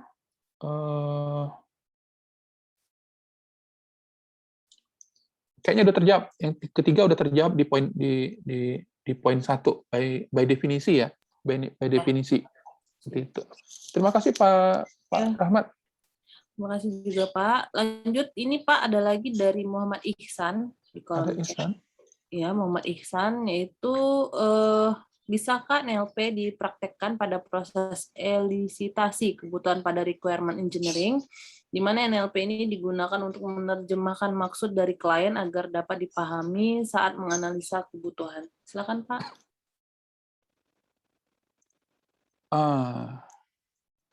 Tunggu bentar. Di sini ada klien. Klien berarti masih pada tahapan requirement engineering. Apakah bisa digunakan? Kalau ditanyanya bisa. Tapi sejauh mana kemampuannya, itu tantangan bagi kita. Saya sendiri itu bidang minat saya itu ada 2, ya, terkait rekayasa perangkat lunak, terkait software engineering, kemudian satu lagi terkait natural language processing, terkait dengan bahasa alami. Nah, ternyata berdasarkan penelitian yang terakhir, kita bisa gabungkan itu. Bagaimana kita bisa bagaimana kita bisa memerintah komputer, entah itu dalam bentuk tulisan atau itu dalam bentuk suara, agar dia bisa bikin software. Jadi ini ibaratnya selama ini kita nyuruh programmer untuk bikin software. Bagaimana kalau kita cuma menyuruh kepada aplikasi tertentu, saya mau bikin aplikasi begini-begini, dengan fiturnya begini, penggunanya ini, kalau mau lihat data, ini dokumennya segala macam. Nah, itu bisa. Karena di penelitian yang terakhir, yang saya baca terakhir, itu sudah ada yang mencoba melakukan itu, meskipun dalam kemampuan yang sangat-sangat dasar. Gitulah. Jadi, kalau ditanya bisa, tapi sejauh mana kita tidak, masih menantang lah. Itu area yang masih menantang. Karena terus terang saja, dalam konteks yang saya sampaikan tadi, saya sendiri sebenarnya sedang bikin startup terkait NLP juga, dan relate to software engineering. Nah, itu mudah-mudahan progresnya bagus lah. Tapi tantangannya banyak terkait hal ini. Karena klien itu saya lupa, ada 8 atau ada 10 item yang sering disampaikan ketika kita mencoba analisis kebutuhan. Salah satunya adalah wishful thinking, gitu loh. Terlalu banyak harapan, kadang berpikir terlalu ketinggian dan segala macam. Nah, itu kalau kita tampung dalam bentuk wawancara, itu tidak semua yang mereka sampaikan itu bisa kita selesaikan secara resource yang ada, secara waktu yang ada. Jadi tantangannya begitu. Tapi kalau yang paling basic, saya rasa bisa lah dalam batas-batas tertentu. Itu untuk Ihsan. Ya. Jadi banyak klien yang terlalu memberikan pertanyaan yang high expectation ya Pak ya. Jadi susah. Tapi trennya memang ke situ. Trennya memang udah ke situ. Memang ke situ ya Pak. Oke, ada pertanyaan lagi ya Pak di kolom chat, itu dari Bayu. Ada 2 pertanyaan dari Bayu. Yang pertama, apakah ada algoritma khusus atau optimasi untuk masing-masing task dari NLP? Kemudian pertanyaan berikutnya tentang cabang dari NLP, yaitu sentimen analisis berdasarkan pengalaman Bapak. Apakah praktek dari sentimen analisis ini melewati proses validasi, Pak? Karena seringkali saya melihat sentimen analisis dibuat untuk review produk atau review seorang public figure yang tentunya akan sangat sensitif. Terima kasih, Pak. Oke, terima kasih Bayu. Oke, pertama adalah terkait dengan task. Oke, terkait dengan task, ya. Ada banyak task yang kita bisa temukan untuk keperluan pemrosesan bahasa alami. Ada yang bentuknya berupa algoritma, betul. Ada yang bentuknya bisa berupa teknik, ya. Ada berupa bentuk yang lain, gitu ya. Di mana kalau misalnya stemming, nah itu ada algoritmanya. Di Inggris ada, Indonesia juga ada.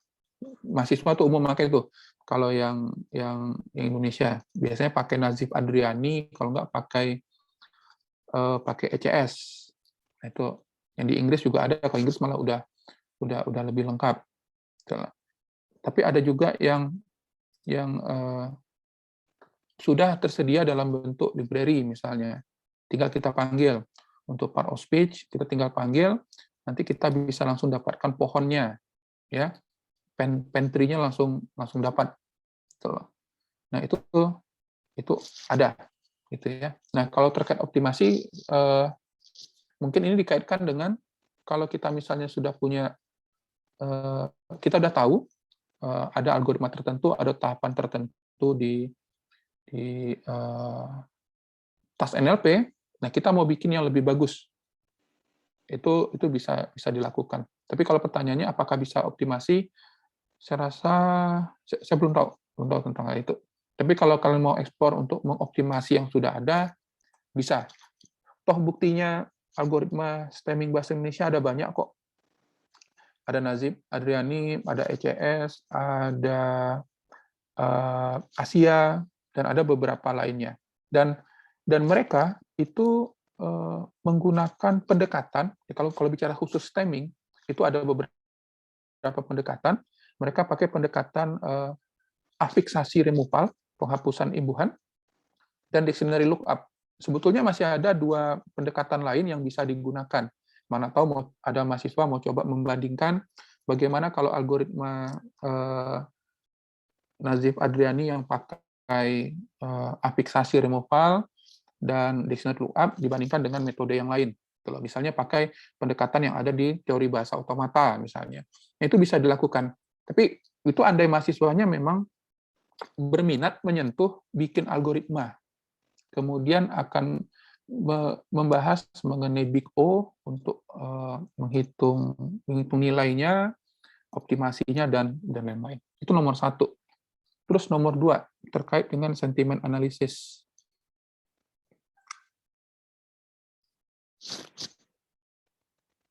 Oke. Terkait dengan sentimen analisis, di mana kita melihat atau menentukan polaritas terhadap sesuatu. Kita sering temukan 2, positif, negatif, atau ada yang pakai 3, positif, negatif, netral. Ya, ini terkait dengan opini. Nah, ada tadi saya sampaikan ada terkait polaritas, ada negation handling, dan ada beberapa yang lainnya. Itu biasanya dikombinasikan dengan machine learning untuk klasifikasinya, gitu ya. Untuk klasifikasinya. Apakah praktek dari sentimen analisis melewati proses validasi terkait masalah sensitivitas? Nah, itu dia. Pertama, data. Apakah data itu merupakan data yang memang sudah disediakan untuk publik atau tidak? Contohnya paling mudah itu Twitter. Kita bisa tarik data publik, ya, kita bisa tarik data publik, Tapi kita juga bisa tarik data dari orang yang kita follow. Ya, karena kan akun itu ada yang bisa dikunci, tapi masih bisa dilihat oleh yang memfollow. Kalau yang tidak follow tidak bisa melihat gitu. Kemudian itu terkait sumber data. Kemudian terkait dengan review. Nah, ini biasanya itu kan dilakukan dalam konteks penelitian, ya, di mana ada konteks penelitian, ada datanya jelas, kemudian berdasarkan data dalam periode yang tertentu, ya. Ini kalau mahasiswa ini paling banyak tuh terkait sentimen terhadap tokoh politik tertentu, terhadap calon presiden, sentimen terhadap layanan perusahaan tertentu. Nah, itu karena yang data yang digunakan adalah data yang tersedia untuk publik, dan yang kita lakukan adalah bukan menggiring opini, juga kita bukan menjelek-jelekkan dan segala macamnya. Ya, memang sih sensitif sih, cuma karena data itu memang available untuk publik, saya rasa nggak begitu problem ya mengenai masalah ini. Itu Bayu. Itu kembali ke Bu Siska. Oke, terima kasih Pak. Ya, sudah cukup jelas ya jawabannya dari Pak Fikri. Ya. Lanjut dari Pak Reski Mai Chandra. Oh, oke. Terakhir, Pak. Dalam Terakhir konsep, ya? Kayaknya terakhir nih Pak. Udah jam 10.30 juga. Dalam Ya. konsep speech to speech, dalam NLP, bagaimana cara bot atau robot mengetahui apa yang dimaksud atau diucapkan oleh human? Kadang suara yang diucapkan tersebut tidak sesuai dengan apa yang ditangkap oleh bot suara. Gimana Pak? Silakan, Oke, Pak. terima kasih Pak Reski. Nah,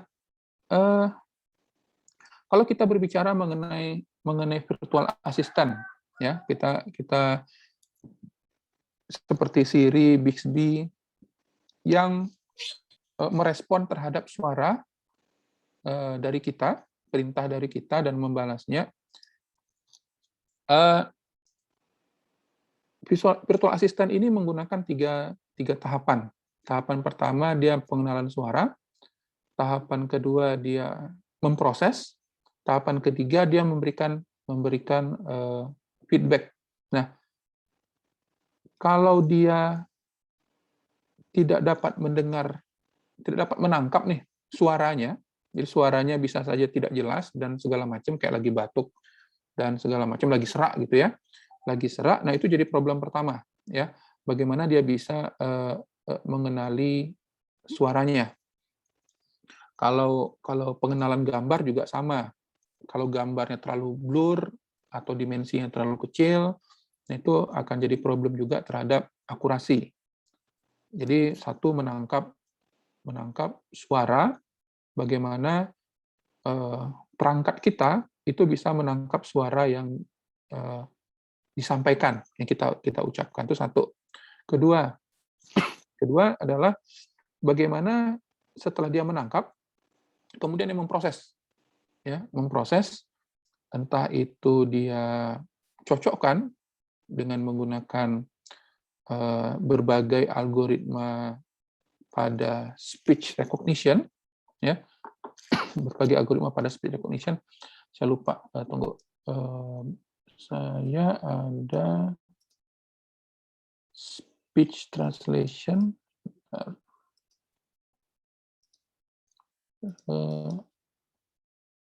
Layar saya masih tampil PowerPoint, Bu Siska? Masih Pak di voice PowerPoint ya, sebentar. Saya punya 2 layar. Oke. Terus.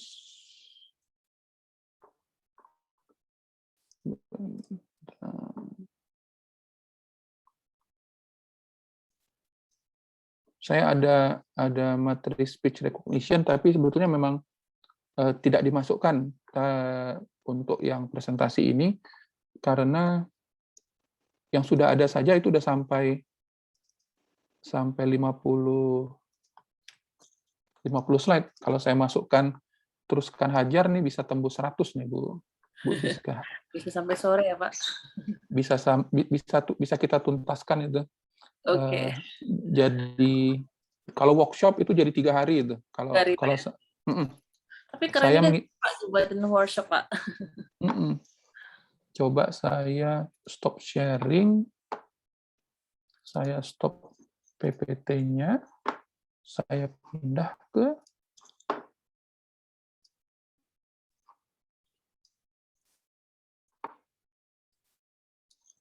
ini karena pertanyaan penutup, saya coba share ulang. What you can share, oke. Share Acrobat, oke.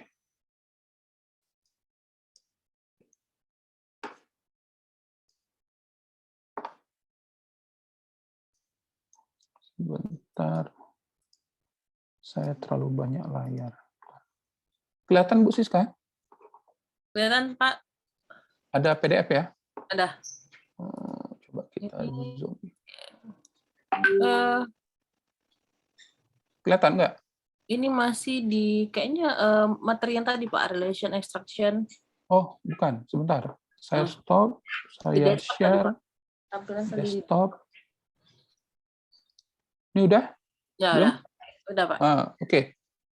Nah, ini kalau ini contoh yang orang pakai bahasa Inggris, tapi yang nangkapnya pakai bahasa orang Jepang. Jadi orang asing ngomong sama orang Jepang. I'd like to make a reservation today. Kemudian ada step untuk post recording. Nah, ini tadi ditanya Pak Rizky, bagaimana bisa menangkap itu, dan itu biasanya kan terkait dengan perangkat keras, bagaimana bisa menerima suara dengan jelas. Kemudian baru ada voice recognition, dari voice jadi teks, gitu ya. Bagaimana dari voice jadi teks? Karena dengan teks itu kita bisa proses lebih detail, kita bisa tahu, kita bisa understand intentnya apa, entity-nya apa. Kalau kita pakai translate, berarti machine translation dari teks asal ke teks tujuan, kemudian baru dilakukan speech synthesis, itu berarti tahapan dari teks menjadi suara, nanti itulah yang akan ditampilkan, dikeluarkan di speaker, sehingga itu berubah menjadi bahasa Jepang. Nah, sorry, saya agak cepat, oke. Layarnya, nah kurang lebih begini, kalau dalam visual yang berbeda ada suara, ya, ini display suara, di processing dengan algoritma tertentu pakai ASR, Automatic Speech Recognition, kemudian dapat berupa teks yang biasa, dilakukan translate, entah level kata, entah level sintak, entah level semantik, baru pakai text to speech, baru suaranya bisa keluar. Nah, disinilah peran perangkat lunak yang kita bangun untuk bisa membuat misalnya aplikasi menerjemahkan ujaran bahasa Indonesia jadi bahasa Arab, bahasa Melayu misalnya. Atau orang ngomong dalam bahasa Minang, nanti diterjemahkan jadi suara dalam bahasa Indonesia, misalnya, kira-kira begitu. Atau antar bahasa daerah, orang Minang ngomong sama orang Batak misalnya. Nah, itu tantangan kita untuk yang speech recognition ini. Cuma kalau mahasiswa saya kurang yakin mau ngambil itu. Pertama ngumpulin data itu lama. Makanya saya kalau ingin menyuruh mahasiswa itu, pertama itu saya harus kumpulin data sendiri dulu. Jadi mahasiswa tinggal pakai, sehingga tujuannya supaya skripsinya jangan molor sampai setahun lebih gitu loh. Karena masalah data tidak dapat dan segala macam. Tapi ini sebetulnya sesuatu hal yang menarik.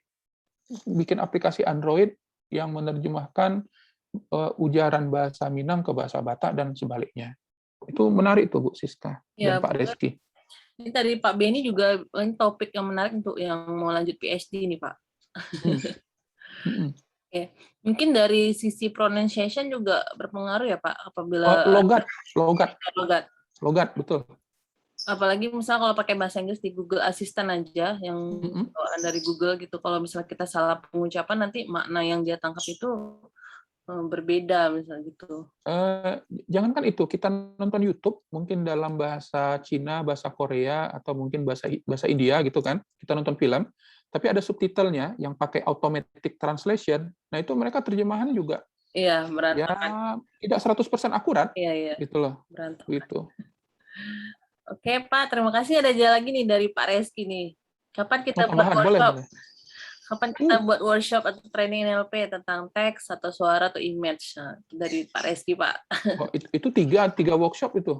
Tiga workshop ya. 3 workshop, beda ininya, Beda. sumbernya tuh. Atau aja deh, Pak. Atau. Itu kayaknya nanti Ide menarik. Pak Reski boleh ya, dari pihak jurusan boleh dikomunikasikan langsung dengan Pak Fikri. Mantau ada workshop ya buat dosen-dosen atau buat ini. Oh, Pak Beni ya, Raisen ya. Oke. Silakan Pak Ben. Nanti buatkan POK-nya kata Pak Reski. Oh, oke. Pak Beni raise hand apa ketekan? Nggak bisa unmute. Oke. Sebentar, Pak. Gimana Pak Beni? Ntar Pak Beni. Siapa yang bisa tolongin nih Pak Beni? Co-hostnya Pak Afan. Pak Afan ya. Saya nggak tahu hostnya yang megang siapa. Sebentar Pak.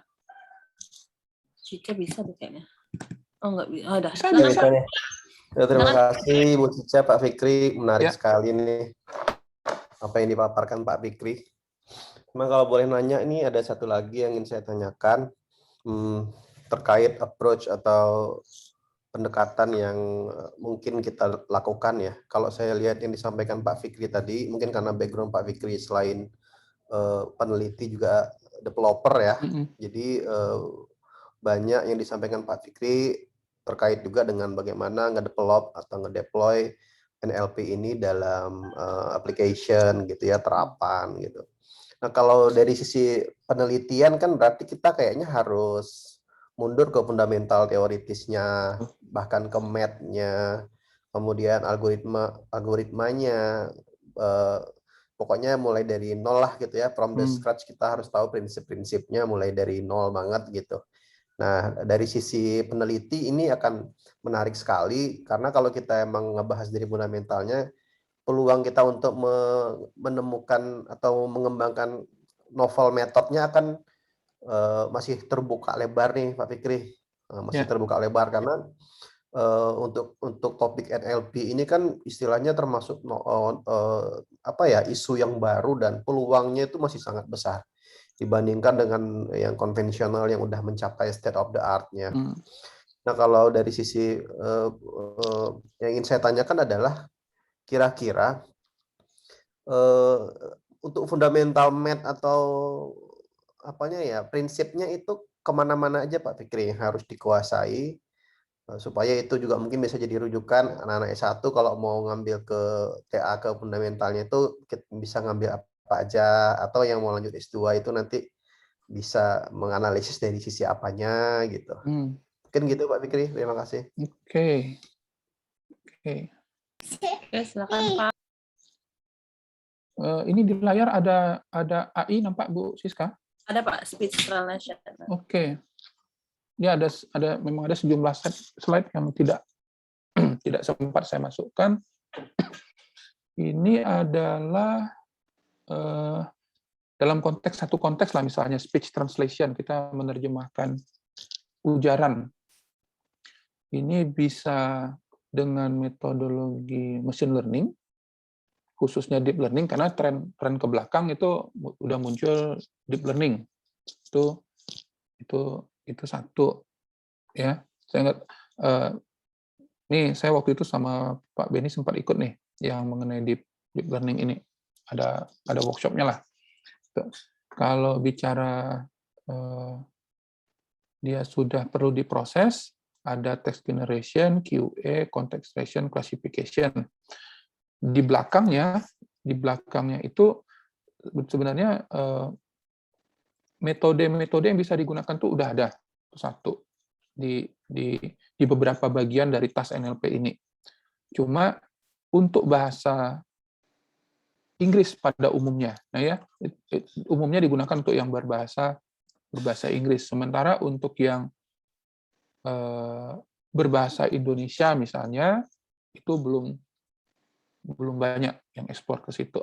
Apalagi kalau saya sendiri spesifik bahasa daerah, malah lebih jauh lagi, malah lebih jauh nggak ada lagi seperti itu. Untungnya di kita kan menggunakan Latin gitu ya, Latin.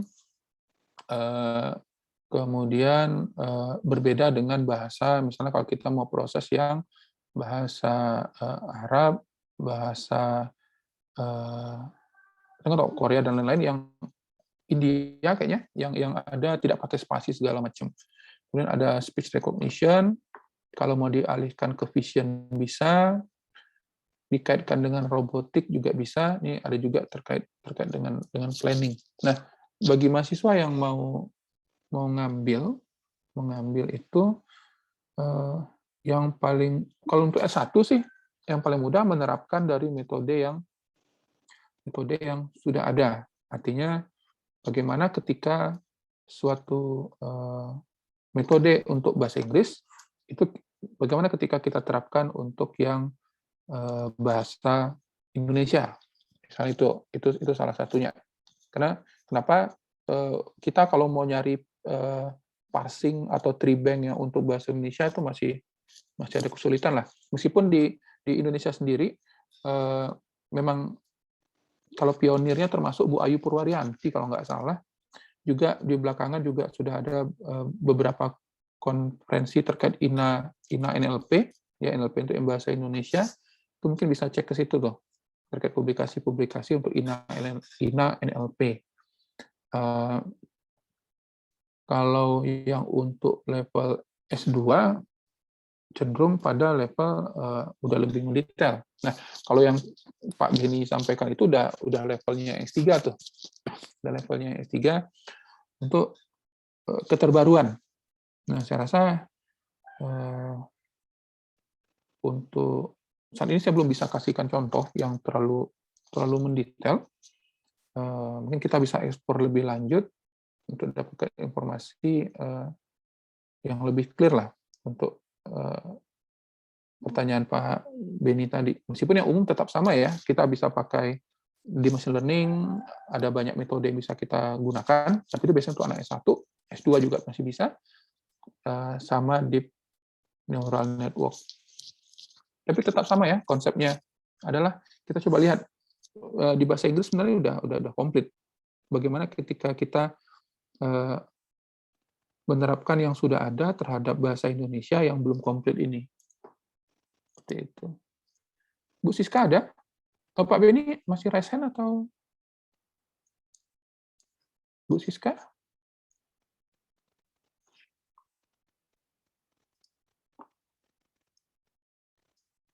Oh, clear.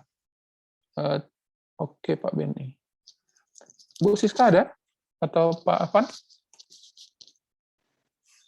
Oke, makasih Pak Beni.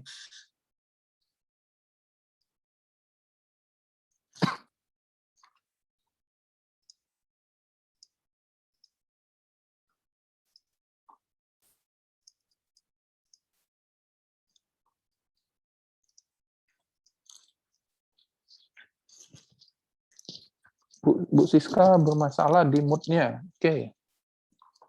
Kita tunggu.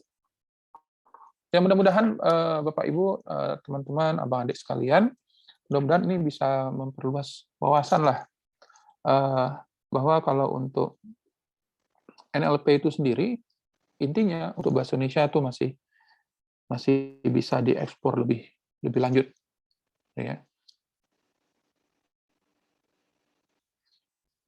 Kalau saya sendiri mungkin antara NLP yang ke bahasa daerah spesifik atau NLP dalam konteks penerapannya di software engineering. Jadi kombinasi NLP dengan software engineering.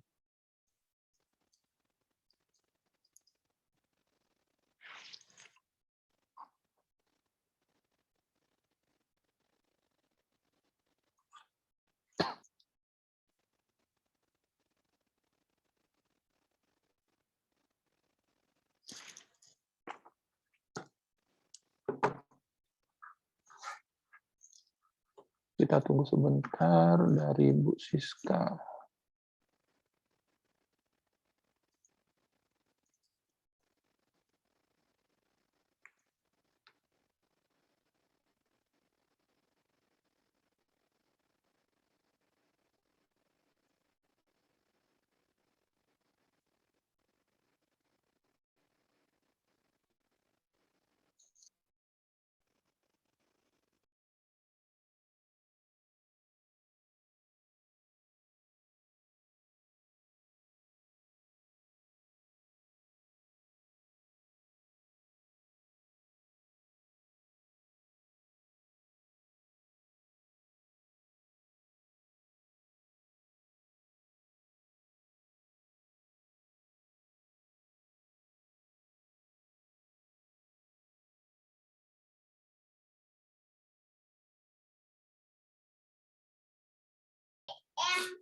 Oke, alhamdulillah. Terima kasih Pak Fikri. Mohon maaf Oke. tadi Rupanya saya bisa bantu rupanya unmute ya. Lupa. karena tadi ini sempat Putus keluar. jaringan? Ya. Hmm. Oke, terima Udah? kasih Pak Fikri Ya. atas penyampaian materinya yang sangat luar biasa. Dan ini sangat berguna bagi kita semua, baik itu dari dosen, mahasiswa, bagian umumnya ada juga yang minta kalau ada workshop yang umum, minta tolong alumni atau umum boleh ikutan katanya gitu. Jadi mungkin ada yang tertarik tentang pembahasan NLP atau NLU ini. Oke, terima kasih Pak atas materi hari ini. Jadi kesimpulannya adalah NLP ini adalah mendeteksi bahasa alami ya Pak. Bapak itu proses bahasa alami, kemudian banyak fitur-fitur yang bisa kita gunakan untuk pemrosesannya dan aplikasi